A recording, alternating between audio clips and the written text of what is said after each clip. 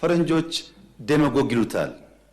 ዴማጎግ ፖለቲካል ካራክተር ያላቸው ሰዎች ወደ ፖለቲካ ሊደርሺፕ ሲመጡ የሚያስቀድሙት ምክንያት ሳይሆን ኢሞሽን ነው።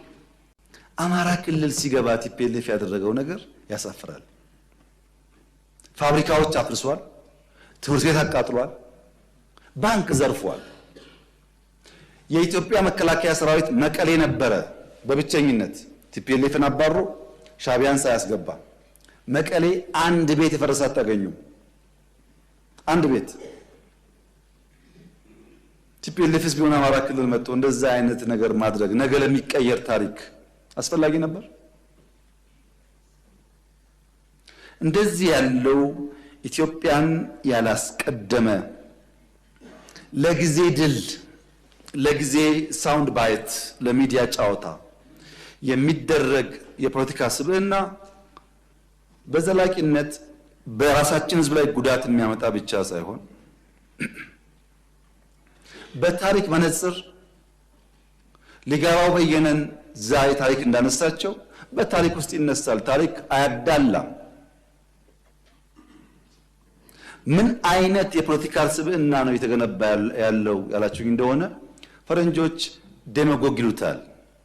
ዴማጎግ ፖለቲካል ካራክተር ያላቸው ሰዎች ወደ ፖለቲካ ሊደርሺፕ ሲመጡ የሚያስቀድሙት ምክንያት ሳይሆን ኢሞሽን ነው። ለምሳሌ የወልቃይትን ጉዳይ እንዴት እንደምንፈታ በህገ መንግስት አግባብ ብለን ከተስማማን በስተቀር ከተስማማን በኋላ ወልቃይት ካልተመለሰ ተስማምተው ፈርመዋል እኮ። ይሄ ዴማጎግ ነው።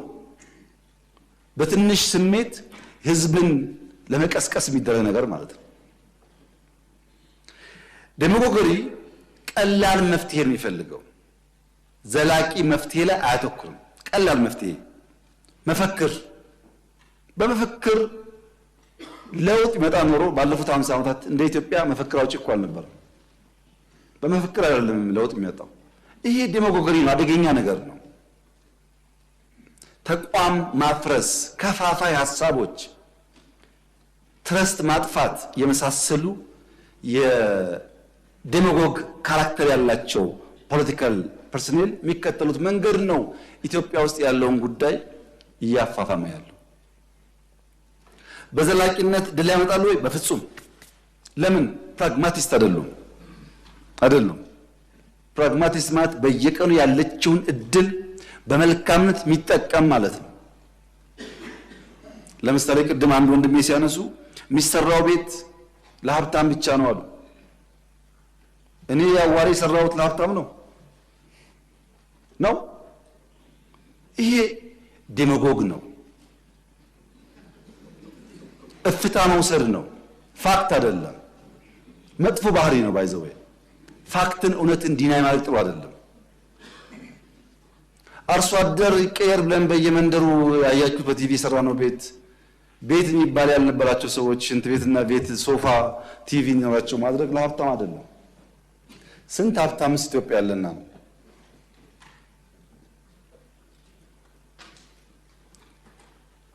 እንደዚህ ያለው የፖለቲካ ሂደት ኢትዮጵያ ውስጥ ጉዳት እያመጣ ነው። ለምሳሌ ሸኔ ምን አለ? እኛ እነዚህ አሃዳውያን ናቸው፣ እነዚህ ሚሊካውያን ናቸው፣ እነዚህ ምናምን ናቸው፣ ከነዚህ ጋር ትግል ትክክል አይደለም ብሎ ጫካ ገባ። እኛ ዩኒቲ ፓርክ ስናስመርቅ ዩኒቲ ፓርክ ማስመረቅ ወንጀል ነው ብለው አሁን ዛሬ ከእንትና ጋር ሰርግና ምላሽ። ታዲያ እንደዚህ ከሆነኛ ለምን ተከሰስን? እፍታ ነው። ትናንትና ምን ብዬ ነበር፣ ምን ሰርቼ ነበር፣ የት ጋር ቆሜ ነበር የሚል ነገር አይታይም። ሰው የዕለት ዕለቷን ብቻ ስለሚያይ ማለት ነው። ይሄ ዴማጎገሪ የተጠናወተን ያለ ባህሪ የኢትዮጵያን ፖለቲካ በከፍተኛ ደረጃ የሚያዛባና ጉዳት የሚያመጣ ነው። የቸገረን አሁን ወልቃይት አካባቢ ነው። ሊፈታ ያልቻለው ጉዳይ ልክ ገበሬ ዘር ዘርቶ ከዝናብ በኋላ ምርት እንደሚጠብቀው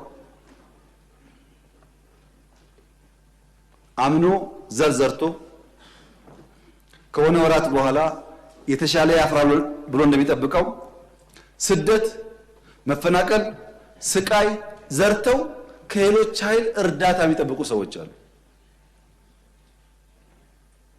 ስቃይ ዘርተው፣ መከራ ዘርተው፣ ችግር ዘርተው የተፈናቀልን አትሄድም ብለው ይዘው ማለት ነው። ተፈናቃይ ያልተመለሰበት አካባቢ ሰው እንዳይመለስ ለፈለገ ሳይሆን ሰዎቹ መመለስ ስለማይፈልጉ ሳይሆን ተፈናቃይን መያዣ ያደረገ ፖለቲካ ኢትዮጵያ ውስጥ በመኖሩ ነው። ልክ መንገድ ላይ ስትሄዱ የኔ ቢጤዎች ልጆቻቸውን መለመኛ እንደሚያደርጉት ልጆቻቸውን ታቅፈው ይለምኗቸዋል። ብር ስጧቸው፣ ልጃቸውን ተቀበል ተቀበይ ይላሉ።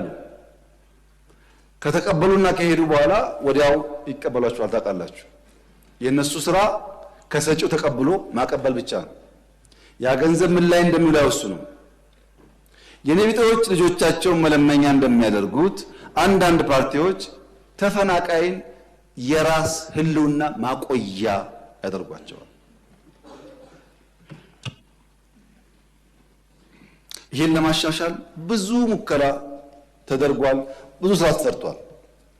የወልቃይት አካባቢ ነዋሪዎች ከትግራይ የሚፈናቀሉ፣ ከወልቂጤ የሚፈናቀሉ፣ ከአሶሳ የሚፈናቀሉ ወልቃይት በሰላማዊ መንገድ መኖር 100% መብታቸው ነው። ይሄ የፌዴራል መንግስት በጽኑ የሚያምነው ጉዳይ ነው። ነገር ግን ወልቃይትን በሚመለከት ሁላችሁም ታውቃላችሁ፣ ሚስጥር አይደለም። የይገባኛል ጥያቄ በአማራና በትግራይ ክልል ለረጅም ጊዜ ቆይቷል። ሁለቱም ክልሎች ማስረጃ አስደግፈው ተቀባይነት ይኖረው ማይኖረው ይሄ ቦታ ይገባኛል ይላሉ። ፌዴራል መንግስት እያለ ያለው ሰው አይፈናቀል፣ ባለበት ይመለስ፣ ራሱን ያስተዳድር፣ ራሱ ይወስነው ነው። አንድ ሰው እዚህ ተቀምጦ ከሚወስን በሪፍረንደም በህጉ አግባብ ይወሰን ነው። ለምን ማን መወሰን ይችላል? አሁን በዛ ህዝብ ህልውናና መሻት ላይ ማን ከእናንተ መካከል መወሰን ይችላል? ራሱ ህዝቡ ቤቱ ገብቶ በሰላም ኖሮ እኔ ልተዳደር የሚገባኝ እዚህ ወይም እዚያ ነው ካላለ በቀር የትኛው ባለስልጣን ነው በቃ የሚገባህ እዚህ ነው ብሎ መወሰን የሚችለው? ይሄው ባለፉት ዓመታት በዚህ ምክንያት የወልቃይት ህዝብ እንደ የትኛውም ኢትዮጵያዊ የሚገባውን በጀት ማግኘት ሲገባው፣ ትምህርት መደገፍ ሲገባው፣ ጤና መደገፍ ሲገባው ፌዴራል መንግስት ማገዝ የሚገባውን ነገር ሳያግዘው እንዲቆይ ያደረገው ጉዳይ ይሄ ጉዳይ በሰላም ሊፈታ ይሻላል፣ ሁለት ወንድማማች ህዝብ በሚያባላ መንገድ ሊፈታ አይገባውም ከሚል ጽኑ እምነት ነው። እኔ አልወስንም የወልቃይትን ጉዳይ፣ ተስፋ አደርጋለሁ እናንተም አትወስኑም። የሚወስነው የዛ አካባቢ ህዝብ ነው።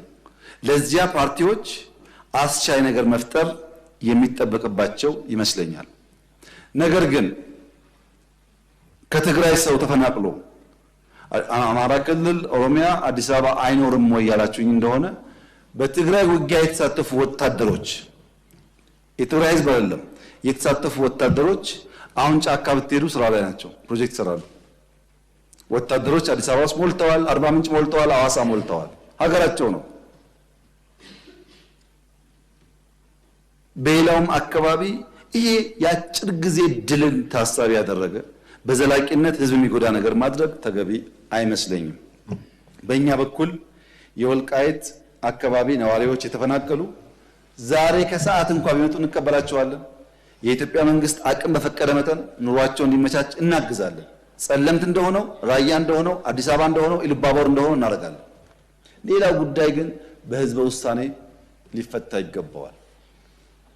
ይሄ ዲሞክራሲያዊ አካሄድ ብቻ ሳይሆን ህገ መንግስታዊ ነው።